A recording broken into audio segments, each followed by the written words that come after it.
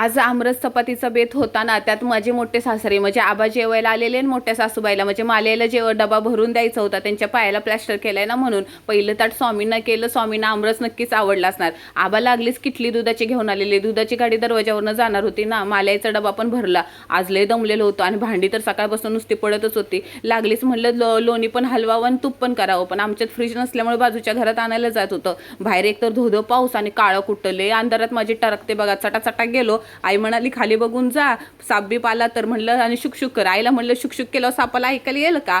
अहो गावचं पाऊस पडत असल्यामुळे घरात सगळं किडं शिरत होतं बघा. गार पाणी टाकलं ना, पटकन लोणी निघालं, डिचकं भरून टाक निघाला. आता उद्या कढी बनवायची. लोणी थोडंच काढलं, म्हणजे तूप थोडंच केलं, कारण का आईला लोणी खायचं होतं. जेवताना लोण्याचा गोळा चपात्यावर लय भारी लागलं. आणि आमरस तर विचारूच नका. पटापट जेवण केलं, किचन स्वच्छ केलं आणि एक तांब्यावर पाणी गरम केलं. आज लय वैतागली, टंगडं माझं दुखायला लागलं. ते काय सांगू रावा.